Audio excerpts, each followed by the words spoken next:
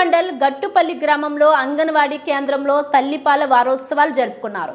ఈ కార్యక్రమంలో anganwadi teacher Manila మాట్లాడుతూ తల్లిపాలు బిడ్డకు అమృతం లాంటివని, ప్రసవానంతరం వచ్చే గంటలోపు ముర్రుపాలు తొలి టీకా లాంటివి. తల్లి బిడ్డకు ముర్రుపాలు ఇవ్వడం వలన బ్రెస్ట్ క్యాన్సర్, అండాశయ క్యాన్సర్ రాకుండా కాపాడుతుంది అన్నారు.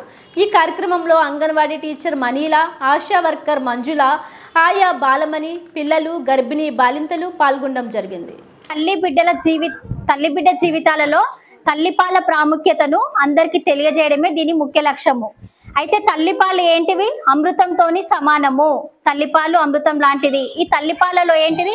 బిడ్డ ఎదుగుదలకు, బిడ్డ శారీరకంగా మంచిగా ఉండడానికి, మానసికంగా ఎదుగుదల బాగుండడానికి ఈ తల్లిపాలు ఉపయోగపడతాయి. తల్లిపాలలో ఏమేమి ఉంటాయి? ప్రోటీన్లు, ఖనిజాలు, విటమిన్లు, ఇమ్యునోగ్లోబిన్, లాక్టోజ్, ప్రొలాక్టిన్ అనే హార్మోన్స్ ఈ తల్లిపాలలో సమృద్ధిగా మనకు లభిస్తాయి.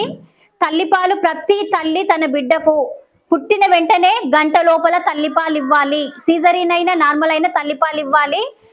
అప్పుడే గంట లోపల ఉండే తల్లిపాలలో ఇమ్యునోగ్లోబిన్ ఉంటుంది. ఇమ్యునోగ్లోబిన్ బిడ్డ రోగ నిరోధక శక్తి నుండి కాపాడుతుంది. ఇంకొకటి ఏంటంటే ఎలాంటి ఇన్ఫెక్షన్స్ రాకుండా ఇమ్యునోగ్లోబిన్ అనేది ఉపయోగపడుతుంది. తల్లిపాలలో 90% నీరే ఉంటుంది కాబట్టి 6 నెలలలో పిల్లలకు నీరు దాపొద్దు. తల్లిపాలలోనే అన్ని ఉంటాయి. ప్రతి బిడ్డ ఖచ్చితంగా 6 నెలలు తప్పనిసరి తల్లిపాలు ఇవ్వాలి. తర్వాత 6 నెలల నుంచి అదనపు ఆహారం అందించాలి. 2 సంవత్సరాల వరకు తల్లిపాలు ఇవ్వాలి. సిడిసి లెక్కల ప్రకారం 60% మంది తల్లులు పిల్లలకు 2 సంవత్సరాల వరకు పాలు ఇవ్వట్లేదని తేలింది. కాబట్టి మనమందరము బిడ్డకు తల్లిపాలు అందించాలి. తల్లి బిడ్డకు పాలు అందించడం వల్ల తల్లికి కలిగే లాభాలు ఏంటివంటే గర్భాశయ క్యాన్సర్ రాదు, బ్రెస్ట్ క్యాన్సర్ రాదు, తల్లి కూడా ఫిట్గా ఉంటుంది, బేబీ హెల్దీగా ఉంటుంది. ఇంకొకటి ఏంటంటే తల్లికి బిడ్డకు మధ్య ప్రేమ అనురాగాలు ఏర్పడతాయి. కాబట్టి తల్లి బిడ్డకు కంపల్సరీ పోతపాలు పట్టకుండా తల్లిపాలు మాత్రమే పట్టాలి. ఎవరైనా తల్లులకు తల్లి పాలు లేని పక్షంలో బ్రాండ్ ఫార్ములా మిల్క్ అని పరిశోధన చేసిన తర్వాత దాంట్లో సగటు పోషకాలు ఉంటాయి. ఆ పాలు మాత్రమే ఉపయోగించాలి. డబ్బా పాలలో ఇన్ఫెక్షన్స్ వస్తాయి. డబ్బా పాలలో తాగితే ఇన్ఫెక్షన్స్ వస్తాయి. వాటిని కడగాలి, తీయాలి. అంతా ప్లాస్టిక్ డబ్బా కాబట్టి పోత పాలు మంచివి కాదు పిల్లలకు.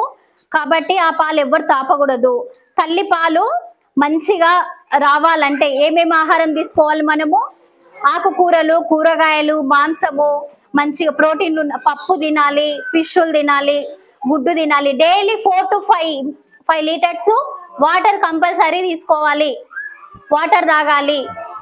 ఇంకొకటి ఏంటంటే అల్లం వెల్లుల్లి ఉంటది కదా, అల్లం వెల్లుల్లి అవి కూడా తింటే, బొప్పాయ పండు, ఇవి అన్ని మంచి పౌష్టికాహారం తీసుకుంటే తల్లిపాలు మంచిగా సమృద్ధిగా అదైతాయి.